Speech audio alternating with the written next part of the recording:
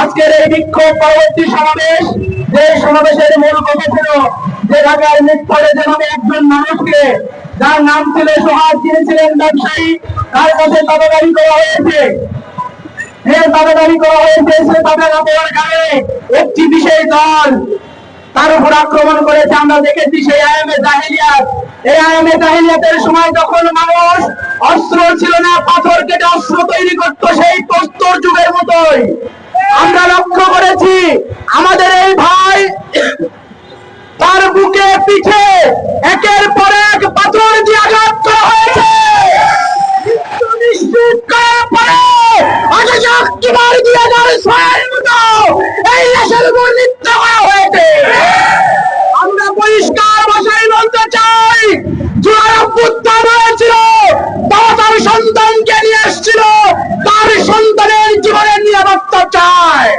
মা তার মেয়েকে হাত ধরে নিয়ে এসেছিল, তার মেয়ে নতুন করে রাস্তায় ইফতিজিংয়ের শিকার হবে না। সেই রাস্তা মেনে গেছিল, নতুন করে চাঁদা দিতে হবে না। কিন্তু আমরা লক্ষ্য করেছি নতুন করে আবার একটি চাঁদাবাজ দলের জন্ম হয়েছে। তারা এই ছাত্র অভ্যুত্থানের সাথে সম্পৃক্ত ছিল, আজকে তারা পর্যন্ত নিজেদেরকে সম্বোধন করতে পারছে না।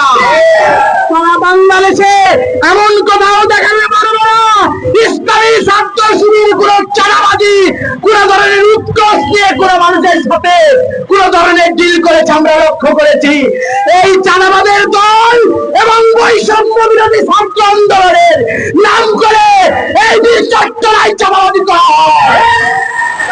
পরিষ্কার ভাষায় বলছি, বৈষম্য বিরোধী ছাত্র আন্দোলন আবেগের নাম, এই আবেগের সাথে মিশে আছে এই দুই চট্টগ্রাম শত শত আহত এবং শহীদের স্মৃতি।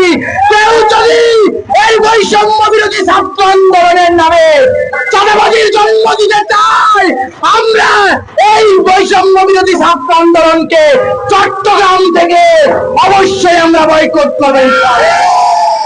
আজকে যারা হত্যার আগামী চাঁদাবাজি করছেন তাদের উদ্দেশ্য বলতে চাই, চুলাই যুক্ত কোনো ব্যক্তি আছে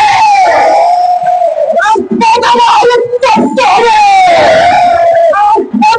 রক্ত রঞ্জিত হবে,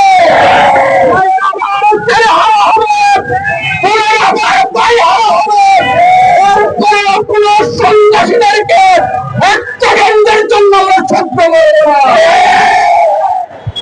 আমরা দেখেছি যে আগে মানুষের অস্থির ছিল,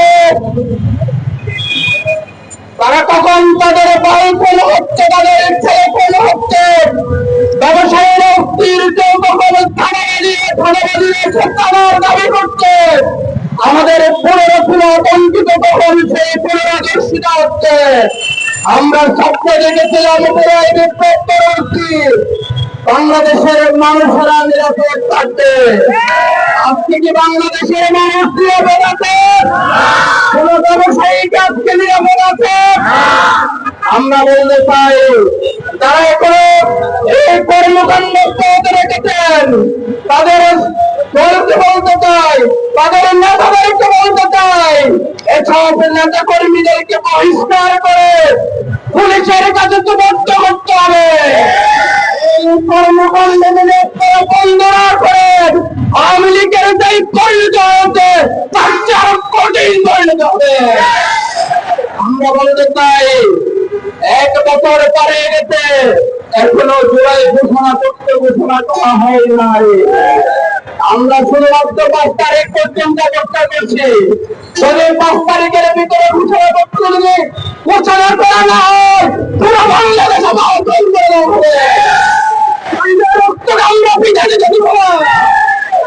আমরা বলতে চাই, ছোট সময়ের ভিতরে তারা এখনো সন্ন্যাসী কর্মকাণ্ড করতে গেছেন।